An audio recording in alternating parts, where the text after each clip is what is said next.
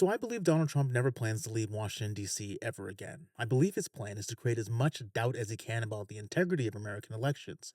So much so that if and when the Republicans lose the majority after the 2026 midterms, the GOP can lean on these claims that Donald Trump is making about election interference and fraud, which will allow them to deny swearing in any newly elected upcoming majority Democratic leaders. This will throw the United States into a constitutional crisis that we have never seen before. And if you think that there's no way that this could happen, that there has to be some law or rule that stops this from happening, you wouldn't be alone. I thought the exact same thing, but what I'm about to tell you shocked me as I was researching for this episode, and I don't think that we're ready for what's about to happen. If the 2024 presidential election was the final litmus test for the direction the next generation of Americans would see our country move in, the 2026 midterms feel like the last dying breath of a democracy barely hanging on. And while my opinions of the current state of America weigh heavily on my chest, the story I want to tell you today is not rooted in just opinion alone. The building blocks for chaos are being laid right in front of our eyes. And my biggest fear is that people have no idea what's happening. So let's start with what just happened.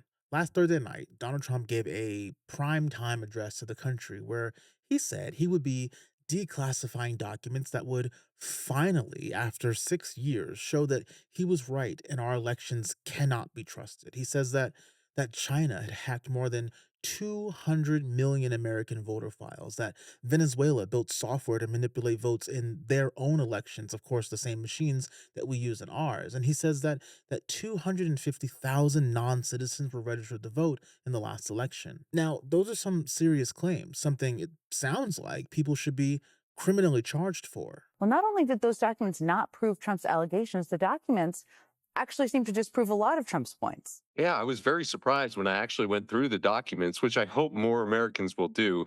The Trump administration and the president in his speech presented these documents as if they were going to be bombshells, but if anything, they undermined exactly what the president was saying. If you don't mind, I'm just going to read from a couple of them right now. Russian actors have circulated narratives about voter fraud resulting from mail-in balloting and called some U.S. primary voting processes, quote, rigged by the Democratic Party. Well, that's right. Donald Trump is a liar, and you shouldn't trust anything that comes out of his mouth. These documents don't show some grand conspiracy that American elections are not safe or have been tampered with by outside interference or different countries who have hacked into our system and are changing votes to make sure that Donald Trump loses the election. In fact, they show quite the opposite. But the world we live in, it doesn't care about facts. Donald Trump doesn't need to speak the truth for members of the GOP and his MAGA base to blindly follow him into the pits of hell. There is no evidence that the actual integrity of how Americans cast and count votes have ever been manipulated at scale. And yet, that was his goal, to convince people who couldn't tell you how a bill becomes a law that only Trump can be trusted. So that in November, when he needs people to already believe the election was rigged, he wouldn't have to convince anyone in real time. He'll just point to that speech and those documents and they'll buy it. So that's step one, to lie about the integrity of our election, something he's been doing for years, but should absolutely be taken much more seriously now because the GOP controls all three branches of government. And he has flooded this administration with sycophantic yes men who grovel for Trump to sprinkle some of his bronzer as a topping on their shit sandwiches. Now, step two is where I really want you to listen to what I'm about to say because they've already tested this late last year. Speaker Mike Johnson continues to defend his decision not to swear in Democratic Congresswoman-elect Adelita Grijalva of Arizona following her special election victory nearly a month ago. The thing I really want you to understand is that Mike Johnson could have sworn Adelita in. He had already proven that he could twice. Two Republicans won special elections and got sworn in within a day, and another one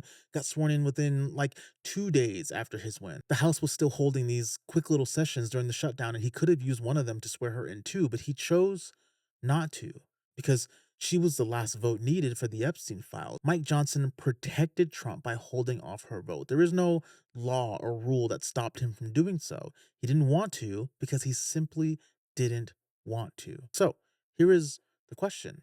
If this worked once, what's stopping it from working on a larger scale? where the political future of Donald Trump is truly at risk, where he's staring down impeachments and hearings and a possible Senate conviction after the Democrats flip the majority. What's stopping the GOP from saying, oh, we're sorry, but we just don't trust that these elections were legitimate, and we're refusing to swear in any elected officials based on results that we believe were fraud? There is nothing is stopping that from happening. The rules in place to make sure that we move from one Congress to the next after elections are nothing more than a gentleman's agreement, because what good is a rule if there isn't anyone to actually enforce it? You can sue all you want, but the courts won't even rule on a case like this. Article 1, Section 5 of the United States Constitution says that each chamber of Congress is the judge of the elections, returns, and qualifications of its own members. And the courts have said, going all the way back to 1929 and as recently as 1986, that this isn't their call to make. Congress has to decide on their own who gets to sit in Congress. Antonin Scalia, before he was a Supreme Court judge, wrote that the courts have no jurisdiction in deciding who gets seated in Congress. The Constitution handed this one decision to Congress to make entirely on their own.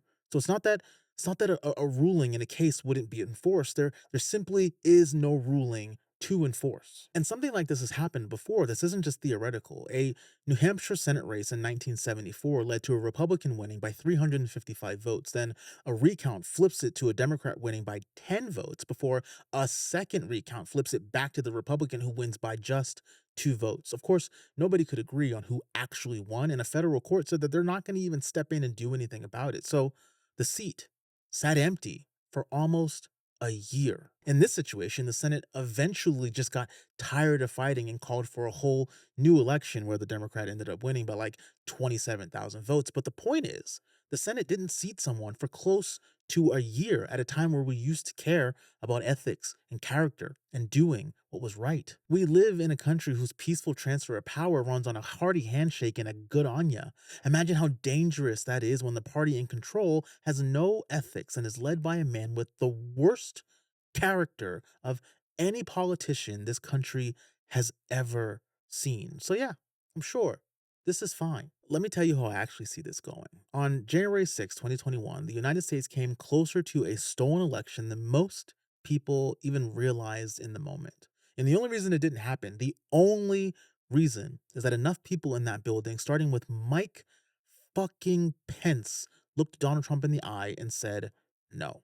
And Pence had every incentive to go along with it. His own vice presidency, his future in the Republican Party. He sacrificed all of that to do what was right. And I'm no Mike Pence fan. And that's why this is so much worse than what happened in 2021. During Trump's first term, he wasn't surrounded by nothing but yes men with no shame. People like Pence were still there. People with their own convictions, their own lines that they wouldn't cross themselves. And this time, he spent years excommunicating anyone that from his first term wasn't fully obedient and replaced them with people willing to kiss the ring even while staring down a straight up lie. JD Vance is no Mike Pence, and a GOP majority that's watched every single defector get destroyed for less isn't going to be the group that finally decides that this is the hill that they are choosing to die on. So here's my actual prediction, and I want to be honest. This is exactly that. This is just my prediction. It's my opinion. I'm not saying that this is a fact or this is definitely going to happen, but I'm just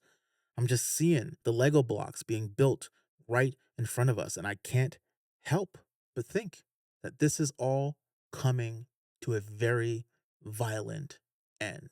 I don't believe Mike Johnson holds the line. I've already shown you what he's capable of doing to protect Trump. I don't believe JD Vance holds the line. He's a fucking little bitch. And I don't believe the Senate majority built entirely out of survivors are going to be the exception either. I think democracy is about to run into a wall made of nothing but a few dozen people who've decided together that keeping power matters more than honoring a free and fair election, all in the name of their king, Donald Trump. And at that point, America, it's going to be too late. My opinion aside, because my opinion, it's already too late. I think the 2024 election was the line in the sand, and we failed that test, and we have been on a screaming comet, making a beeline directly at the center of our country. And that doesn't mean I'm sitting here throwing my hands up in the air saying that there's no hope and there's nothing we can do, so we might as well just bend over and take it. No, absolutely not. Absolutely not. But I think the 2024 election was the last opportunity that we had to get out of what's coming without having to resort to violence. And if Donald Trump and the GOP do what I think they're setting up to do, the only way to get out of that situation is to rise up as a people, as a country, to rise up. Is that something we're capable of doing? Yeah, I think it is. I think there are a lot of people out there who don't think so, who think that Americans are just going to lay down in the face of fascism. But I'm not one of those people. I believe that all Americans have a fighting spirit in them. And when our backs are truly pushed against the wall, and again, in my opinion, our backs have been against the wall, but there are a ton, millions of people who are watching Love Island or any other kind of trash TV because they just need something to numb their brain from the realities of the late stage capitalist society that we live in today. But I believe, I do, I believe that we're going to wake up when it really matters. I also hope that I'm wrong. I hope the Democrats win big this November and they all get sworn in without hassle and they get to do what Senator John Ossoff says they will. Our answer will be decisive. We won't just restore checks and balances for the next 2 years. We will rebuke him so decisively that no president will dare try this kind of brazen corruption and abuse again for centuries. What do you think?